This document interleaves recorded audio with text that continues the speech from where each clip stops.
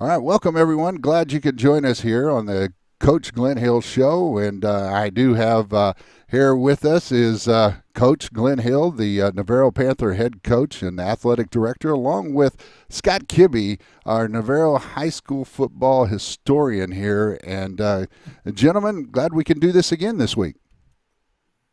Absolutely. Thanks for having me.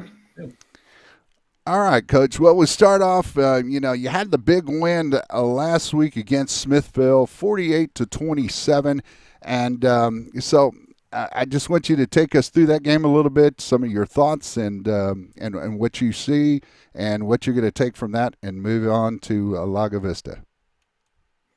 Yeah, I think it was a really good all-around game for us. All three phases of the game obviously started off with the bang with the kickoff return with Emerson Elder, and that kind of got the momentum going in the right direction for us. I don't think Smithville had a first down until the game was 34 to nothing, and just credit to our defense for the way they played, and they really were lights out. And offensively, we were able to spread the ball around to a few different playmakers, and they were able to get the ball in space and execute, and just an all-around successful night for us. All right, Scott. Just talk about that's a couple wins in a row. Now feels like you guys are picking up momentum, and kind of how does that help? What is that momentum? How does the momentum help you coming into a game like this? Right, and that's something we've been talking about for weeks. It feels like is we're building to something that could be really special, and it's nice to see the guys go out there and they're kind of having those rewards come to them, and they've had a couple of really nice weeks on the field with some good results. And obviously, at this point in the season, where everyone's fighting for their playoff lives and for seeding and who are we going to play if this were to happen in the playoffs, that momentum is real. And I think that's something that whether or not that impacts the game or decisions or how guys are playing, I do think that their success is a tangible thing. And I think that's something that shows up on tape, and their hard work is paying off. Right. So whether or not we've got anything magic going on these last couple of weeks, it is good for them to see the success, see the hard work that they've been putting in for months and months now. There are some good rewards that come with that if we continue to work hard. And I think we're a team that's still improving, every single day. We're not a finished product yet. And that's what gives us a whole lot of hope and a whole lot of promise that if we can continue to grow, we can be a really special team here closing out the season. All right, Coach. Also, I wanted you to know if you didn't know already, but with the Navarro Panther Network, we gave the player of the game to the players of the game. We actually gave it to the offensive line this week because we thought the offensive line just really moved bodies on against Smithville. And so could you comment on that a little bit? I think that's a terrific choice. Those guys are they're playing really, really good right now, and we don't have a ton of schemes. We run three or four different run schemes, but they're executing them at an extremely high level. And there's several guys, six of them for the most part, are getting a whole lot of the playing time up front. But that offensive line room is a really, really smart room, top to bottom. There's nobody in our offensive line group that we don't have confidence in then going out there and executing, but they're establishing the line of scrimmage, and I think that's how you win football games. And then once you start getting into the playoffs, which hopefully we can find our way there, that's how you win playoff games is up front. And our Right. offensive line's at an extremely high level right now, opening up the run game for us. Yeah, as you said too, the keys was always about controlling that line of scrimmage, and y'all did that very well this last week. Yeah, absolutely. It's always good when you're watching the film the next day and they're moving backwards. Yeah. That's a goal of ours, and for the most part, they're doing that. They're playing really well. All right, Coach. Now moving on to your next opponent, and your next opponent, Lago Vista. I mean, the record really isn't indicative of of this team. This team is a very good team, Lago Vista. And real quick, I wanted to tell you some of the scores in district play. Salado, they lose in overtime by 1 point, 29-28. Gerald, they lose 35-28, and then Gonzales they lose 34-28. So all within a touchdown or less. And so, my goodness, you're going up a very good football team. So, your initial thoughts about Lago Vista and what they bring? Yeah, I think that what that shows me is our district is pretty dang good. We've Yeah. got a lot of good Oh, teams, yeah. some high quality teams, and when this thing is all said and done, unfortunately, there's going to be a couple really good teams that aren't in the playoffs, and we're hoping we can be on the correct side of that. But Lago Vista, they're very multiple. I'm looking at their offense; they're right down the middle, almost 50-50 with their run to pass ratio. Getting it to a bunch of different guys. They've got some skilled players similar to us that play receiver, running back, but then you look up and they're playing safety and corner, and they're impacting the game in many different ways. And I think their multiplicity goes over to the defensive side as well. They base out of a three down front, 3-4 for the most part, but they've got a bunch of different coverages that they can mix in there, and they disguise them really well. And then they can sneak into a 3-3 stack type of a look as well. So they execute all these things at a high level, and like you mentioned, they're a really talented team, really good team, and we've got our hands full on Friday night, so we're definitely going to need to bring it. Yes, Scott. Coach, I think having watched them last year, having watched them play us and know how young they were last year, I was looking at the stat line from last year, and I think everybody who did damage to us last year is back. They got seven starters, Arambula, big game. Of course, Griffin, Cedric Griffin's son, had a big game on us. The quarterback was back. I thought they'd win the district. They were my pick to be dominant. Um, they're still a good football team, but they've not maybe been what I thought they would be based on this. I just misread. But has it been? Have they had injuries? Is there anything that you think has maybe slowed them down from being what we thought they might be? Not necessarily. I think it's a hard district. When you play the guys that we're playing week in and week out, it's hard to come out on top consistently. And I think that shows there's nobody that's undefeated, and we're all kind of cannibalizing each other. And there's a whole bunch of close games, and I think we fell victim to that as well with a bunch of one-score games. And they're in a similar situation. So I don't think there's a deficit of talent or they're doing anything differently. I just think they've been playing some really tough teams, and they're hungry as well. Similar to us, their backs are against the wall, and they need to win this game just like we do.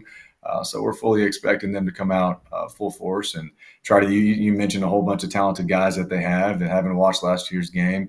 They're back, and they're talented guys, and they're able to spread it out to them, and they don't just impact offensively. They're playing on defense as well and making a whole bunch of big plays. So it's going to be a good one. All right.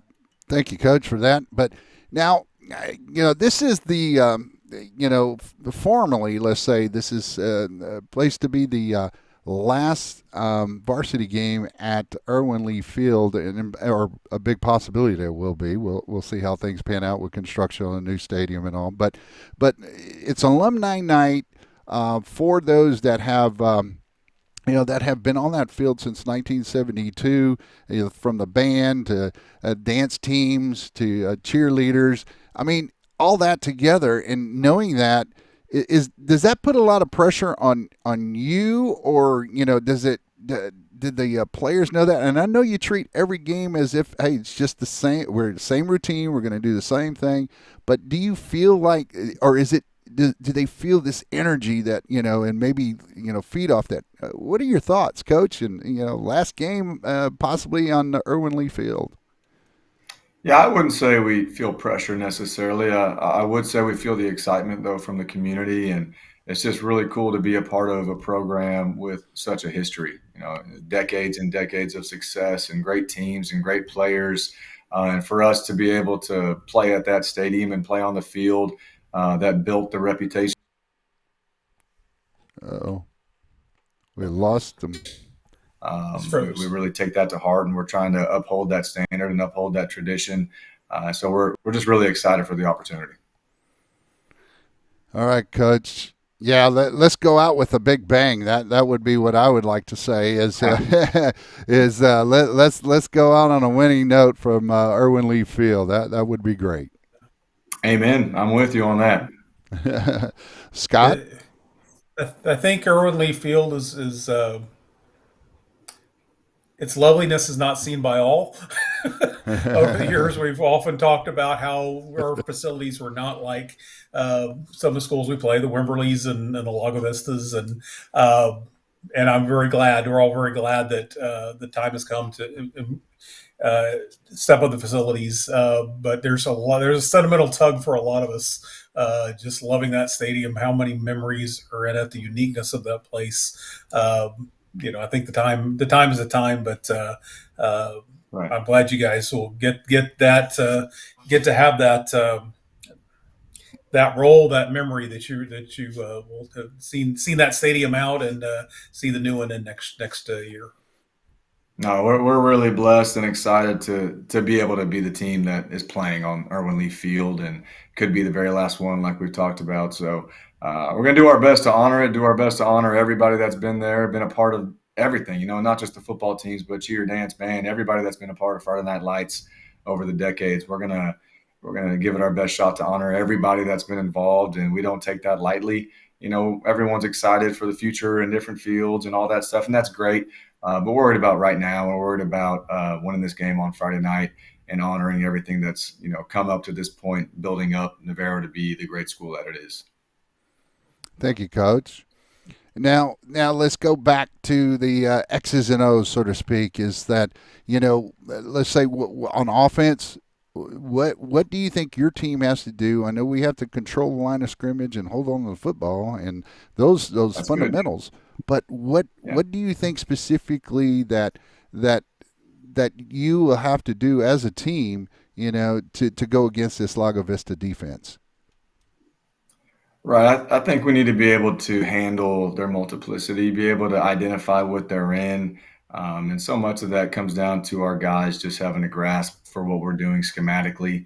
We're not going to install anything crazy this week. We're gonna run our base plays, and we got some throws off of it, some play action, some RPOs, some deep shots. We just need to recognize what's going on and execute. And so much of that starts up front with their offensive line.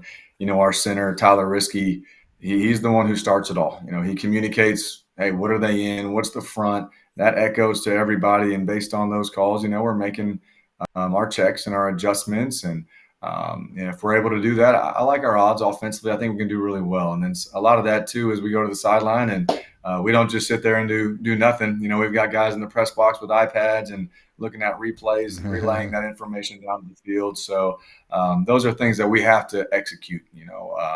We need to not beat ourselves. If Lago Vista comes out and they just whip our tail, that's one thing. But what can't happen is we go out there and beat ourselves. We need to be flawless in our execution, no mental mistakes or anything like that. I think we're playing a big time atmosphere, big time game. That's how you win those games, is by truly letting it come down to the play on the field, not so much beating yourself. All right, Scott. Coach, the Lago Vista had last week off. We're warriors here. We're always that's being a Panthers fan. We worry a lot. You have any concern about the advantage they will have from having had that week off to get ready for this game? No, not really. I mean, that happens every year. You're going to play some people after a bye week, and I'm sure they used that time to rest and recover and maybe come scout us. I'm sure they did and check out what we're up to. But that can be an advantage if you let it be an advantage. I think it's an advantage that we got to play 7 days ago, and that we're still on it, and we got every opportunity we get to improve, whether it's a practice or a game. Let's go. I'm kind of excited that we had the schedule that we had this year with no bye week. I prefer it to where we got no time off. We're on it and we're improving every single day. So, whether people want to say it was an advantage or a disadvantage for anybody, we got to turn our situation into an advantage for us. So that's how we look at this. All right, thank you, Coach.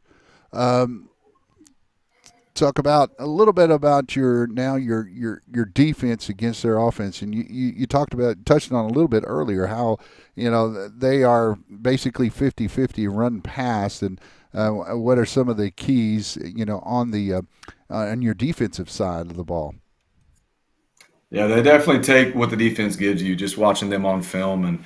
And we need to continue the trend that we've had the last couple of weeks. Our defensive line playing really, really good. And we need to be able to be on our keys and react quickly. Lago's going to run a bunch of gap schemes, some counters and powers and counter read and things like that. And very often an RPO will be attached to that, to where the quarterback has the ability to pull it, disengage, and make a throw. And it's easy to get kind of enticed by the run, and maybe I'm supposed to be a guy defending the pass right here. We just can't get lulled to sleep on those things. We have to be consistent. When you're playing a team as multiple as they are, that's able to do so many different things, you really have to hone in on what is my job on this play and execute that. And I think that's something that we're going to do. We've been showing that the last several weeks, and we've been having a great week of practice. So obviously that's a big key. Then up front, if we can get some pressure on the quarterback, that can go a long way. If he's able to just step back and have a cup of tea back there, he's going to complete them all. So we got to get some pressure on him with our front four, and make him not feel comfortable. And I think that'll help us out. Okay, Scott, anything to You add? guys have really done a great job with turnovers the last few weeks, and especially getting them at seems like key times. I know you've said you emphasize that, you work on it, but is that something is that something you can count on, or is it just you kind of take the opportunities as they come? I'm counting on it. I certainly hope it's coming up. And that's our goal every game is three. That's the check mark that we live by. If we can get three takeaways, that really changes the percentages of a win-loss. We always talk about the turnovers, explosives, special teams. Those are the things that we monitor and we track it.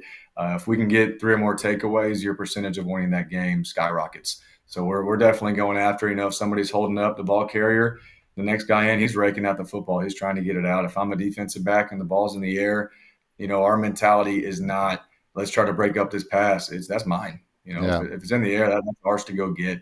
And that's the mentality that we need to take into this game on Friday night and try to generate some explosives and generate some takeaways for us. Yeah, an unusual play that did happen where both your defenders are going for the ball. It pops up and it goes right into the receiver's hands, and he gets to walk into the end zone for Smithville. But hey, at least both of them were going for the ball, right?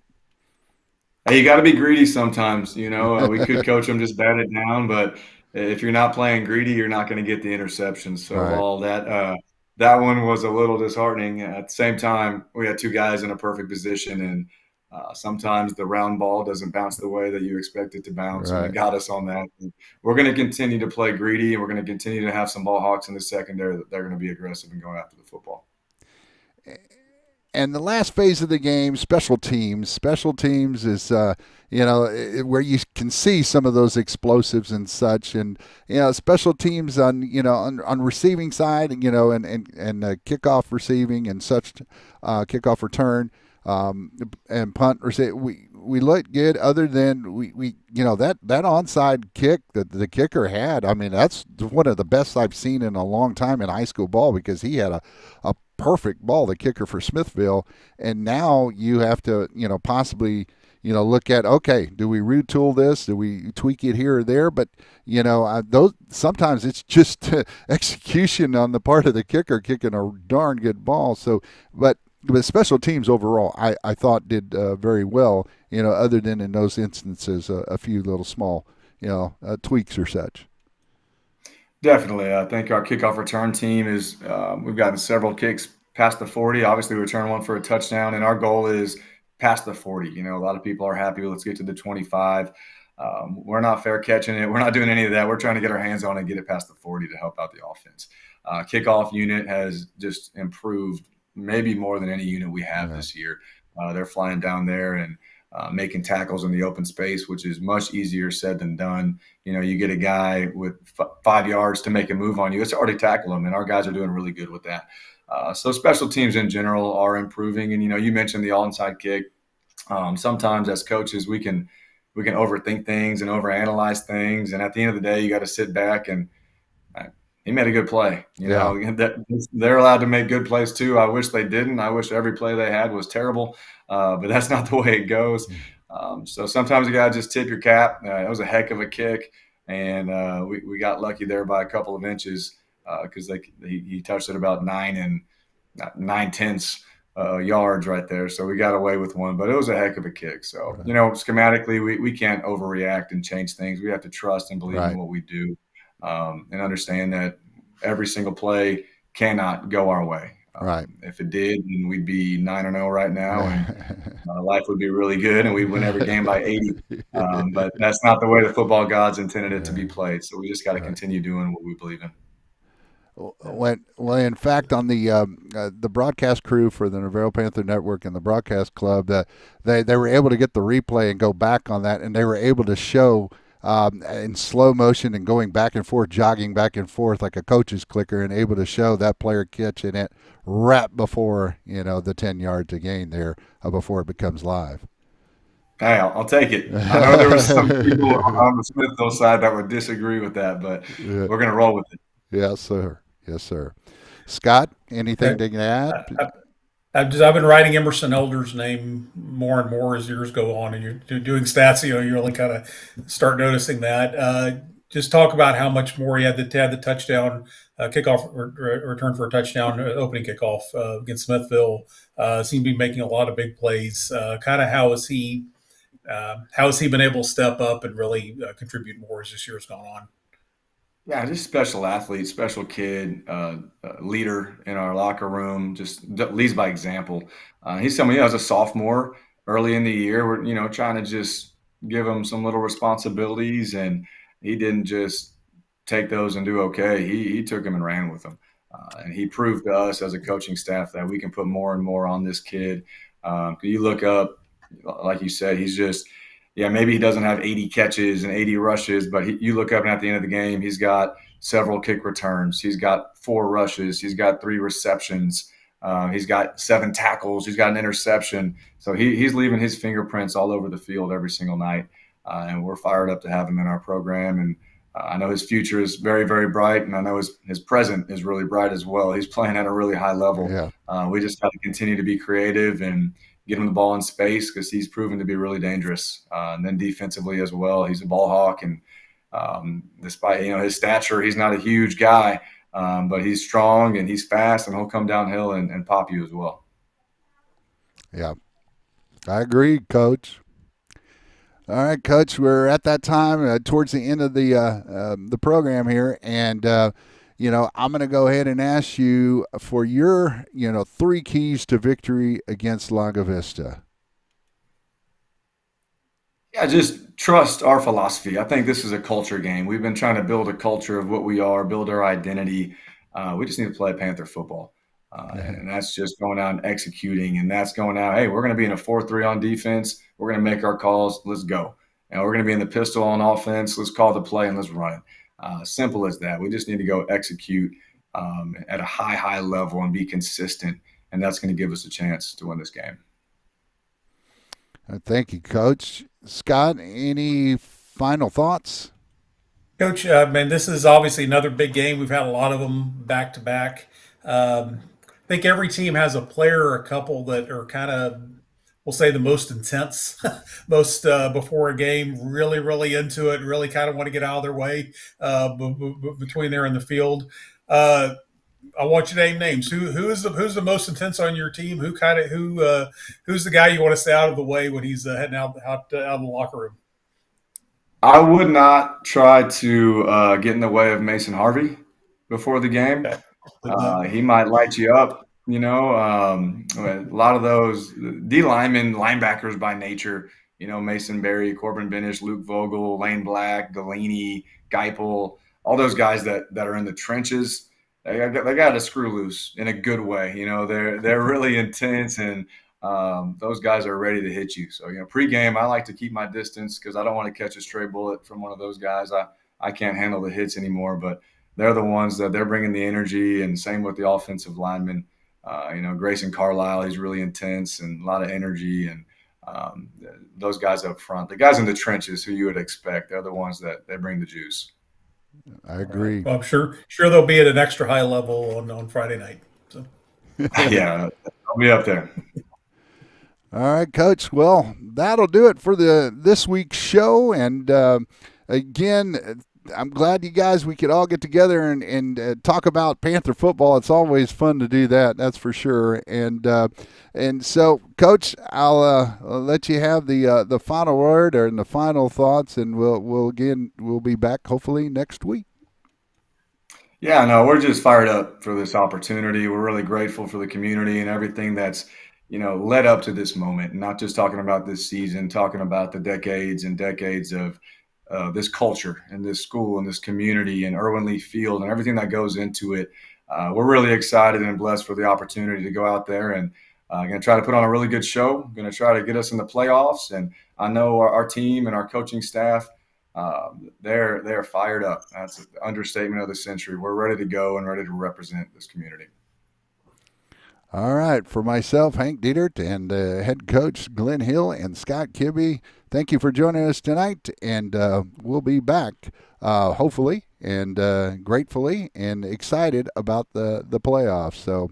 Actually, not next week, but hopefully the following week we'll be back. So we have a bye week next week. So I'm ahead of myself. So, all right. Well, thank y'all again for joining us, and we'll see you next time. How about that?